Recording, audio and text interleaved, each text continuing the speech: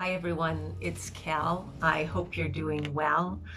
I'm here in Canada in my little kitchen, and today I just wanted to chat a little bit about the nature of chaos and how your being actually needs it. And I know we see some people that really need large amounts of chaos and some people that seem to have their life all balanced out and they need smaller amounts of chaos. Chaos is nature, and all through nature, chaos stimulates rebirth. And we are meant to have this stimulation of rebirth all the time. And this rebirth is sort of like discovery, stimulating ourselves. We're meant to have this chaos. And this chaos really comes in the form of change. And when change doesn't happen, this force within you that is seeking the necessary change begins to build, so that when you make choices, they can be, how do I say this? When you make choices, sometimes they morph into less than authentic choices because the pent-up energy within you has been repressed or pushed back for such a long time. And the desire for the change is strong, but then we think we can't get what we authentically begin wanting. And so it starts to morph into something else that is a little bit more alien to our being because we are seeking to have this change, but we're not taking action. And I hope that was clear. So our true authenticity gets marred or obscured as we seek to connect to this sort of chaos, this change that we so desperately need. And the more it sits, the more the force builds up. It starts with wanting change, but as it sits, it builds up to become stronger and stronger and stronger, and then it turns into greater and greater force of chaos.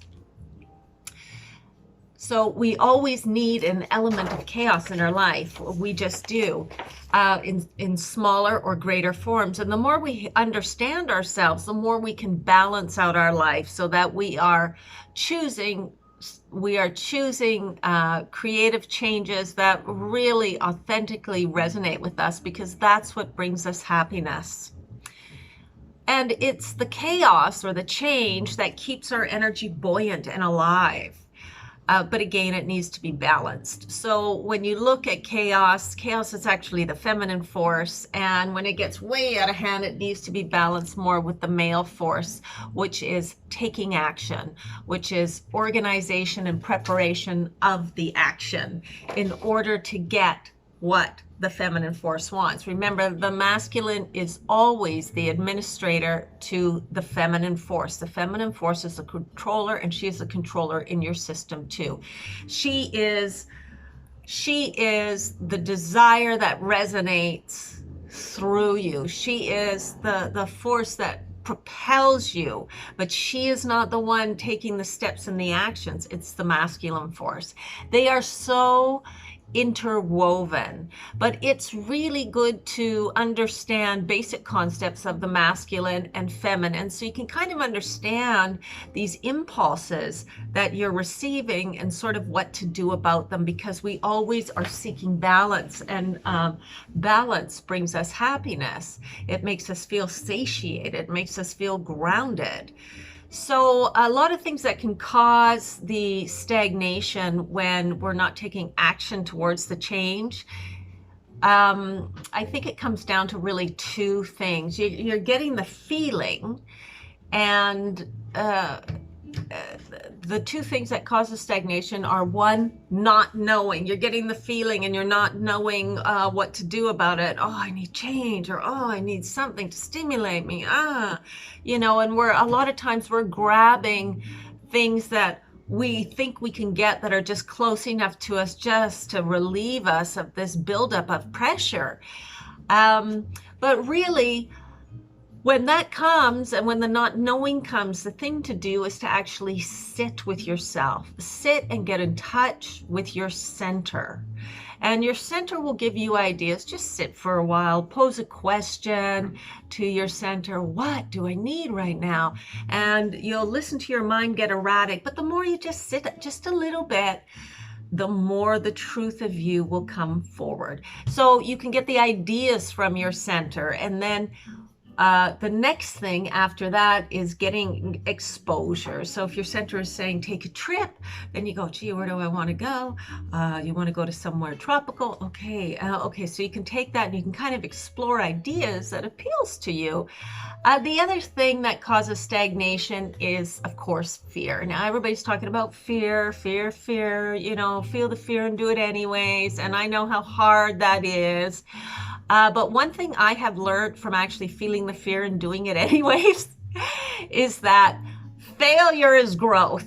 Like, I can't tell you, I've failed at probably most things in my life, but I have had a huge amount of growth during those failures. And that growth has led to self-knowledge. And you are on this planet not to earn millions. I mean, I know earning money and having millions will feel good to you, and you'll have all this money, you'll be able to do whatever you want. But the thing is, a lot of the times we really don't know what we want. And just remember, when you have millions, there's a lot of administration and a lot of other things that goes with having to have a lot of money. Now, what I'm aiming for is happiness, joy in everyday living. And that's what's really going to make you feel good. Now, the feel the fear and confront it anyways. Like I said, I've had so much failure in my life. It's not even funny. I mean, it's incredible. 9 times out of 10, it's always failure. But in this failure, I have found a couple of things happen. Number one, my amount of self-knowledge has grown phenomenally. It's incredible. Wow, it worked for them. Why didn't it work for me? Oh, because of XYZ, right? Self-knowledge is the key to everything in life, whether it's earning millions, whether it's having a happy life, whether it's having a balanced life, whether it's having a life full of X, Y, or Z. Self-knowledge is the key. And that's really why you're here. You're here to learn about self-knowledge. And self-knowledge works in increments. It starts small and then it builds big and it goes into self-actualization. And then you have smaller renditions of actualization. Then you had huge renditions of self-actualization, which is enlightenment at the highest peaks, right? But it's always happening to you. And when it's not happening to you, that's when stagnation hits. Now, the way to confront fear, I have found for me, is to expect to fail. For me, I went, oh man, you know, I really want to do that thing, but boy, this is going to probably happen, and that's probably going to happen, and this. But then that buildup of energy comes, and I know I'm going to get nowhere, because if I don't do the thing, it's just going to build and build or morph into some weird thing, or I'm going to go into years of having some derivative of the thing, which never works. So facing the thing head on and expecting to fail and doing it anyways can bring a myriad of things. Now, it can bring, it will bring, sometimes it has brought me great joys. Actually, I have to say that even though I've sort of failed in one way, I have had a hell of a lot of fun doing it. And just the fear and the expectation, or, oh my God, I shouldn't be doing this, and then I'm doing it anyways. It has, really brought me like a lot of self-esteem in stepping out in the world. Like, you know, after about 40 plus countries and living in a lot of them, and, you know, always seeking to find my dream place or what is going to be the best, and then ending up at the place, you know, I was born pretty much, has really given me, a lot of esteem in stepping out in the world, and really has shown me all the things that I've taken for granted because I just get them so easily. You know, I take for granted the nature outside. I take for granted my health. I take for granted, you know, all the fabulous food in the stores here. I take for granted, you know, the culture and the people. All these things I've taken for granted in looking for the one ultimate thing, you know. And I think I've had like close to 35 years of looking for the ultimate thing, and the travel and the people and the things I needed and the clothes and the cars and the house and where I had to live, and all these things were just smoke shows that I was blasting through. And what I was really seeking is a deeper sense of self. Um, okay, but without getting into that, what I really want to get at is the stagnation and the need for change. And the thing that really starts getting the ball rolling, if you're really feeling the fear too much and you're having anxiety and who knows what's going on with you and your body because of your mind, then what I suggest is, yeah, baby steps. But the number one thing you need to do is to start moving your body, because moving the body starts releasing the pent up energy, and it starts bringing clarity into the mind, because the mind is receiving more energy from the body. And really, it's the body that holds the truth of you. It's not the mind. It's the body that holds the deep intuitive truth of you and what's going to work for you and what's going to be great for you. And one thing I want to just mention about greatness is it doesn't happen. It's not this one thing that's going to make life so great or life so perfect or life so great. It's actually a myriad of things. And I have learned this because I have let go of this life so many times, and I have felt not right in all these choices I've been making. And we take for granted all these little things around us, like a hot bath, like having hot water, like, and I'm just not talking about the essentials, because I have always moved to hot climates, you know, all around the world. I've lived in resort places pretty much. And they don't all have the necessities of this first world that I'm assuming you're in. Maybe you're not in a first world, maybe you're in a second world. So then you understand. But it's not just that, it's having all the little creature comforts of your own culture. And this is the first time that I've really recognized culture as sort of tribe. And you don't have to be connected to your own culture to feel tribe. You can feel tribe with other cultures for sure. And I always thought I was with this other culture. And I've got to tell you, one day you just wake up, and maybe this won't happen to you. I'm just talking about my own story. But I woke up to, oh my God, I'm in love with my culture, or I just need my culture in order to really feel alive. I need my mode of communications. I need to understand these basic things that are in my culture that make conversations so deep or so resonant, so interesting, that I was actually blown away by how much my culture gives me. So anyways, getting out to move the body around will help release the pent-up energy. And when you start releasing the pent-up energy, like I said, clarity comes. And the expression, the thought, the answer, or whatever starts coming forth. It's in the movement. So just getting any kind of movement. If you can't take the actual movement because you're feeling so much fear, then really just starting baby stepping with some movement will lighten up the mind, so that this mental conversation that's going on in the back of your mind, not in the front where you can see it and hear it really, but in the back of your mind, it will start to die down with the movement.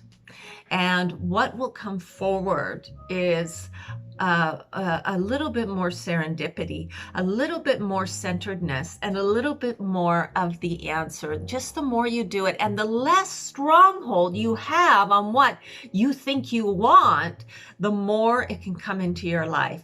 The more you hold on to it, the more you're not going to get it. But the more you sort of are of two minds where you got that, but then you're going to let go because you're doing this over here, then the more that thing can kind of come swimming in.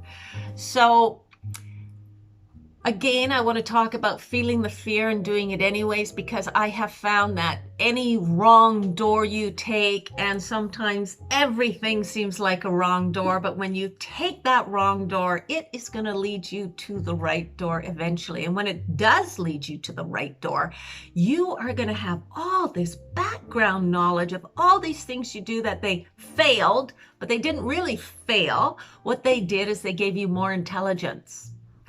Because you're not trying to get there. There is no there. There is only here. And there's nothing like the journey to teach. So, self-knowledge is the critical key, and just having fun in the challenge of taking the leap and taking the action and self-discovery along the presumed path or even the wrong path is always the right way. Oh, where did I read somewhere the other way? The obstacle is the path. Yes, the obstacle is the path. And I thought, yeah, isn't that the truth? Whatever you think you can't do or can't have, that's the way to go. That's the way to go. And sometimes you just don't know where to start, right? You don't have the plan, or maybe the plan is flawed. But I will tell you, you got to start somewhere, and start with just having movement, and then baby step it up.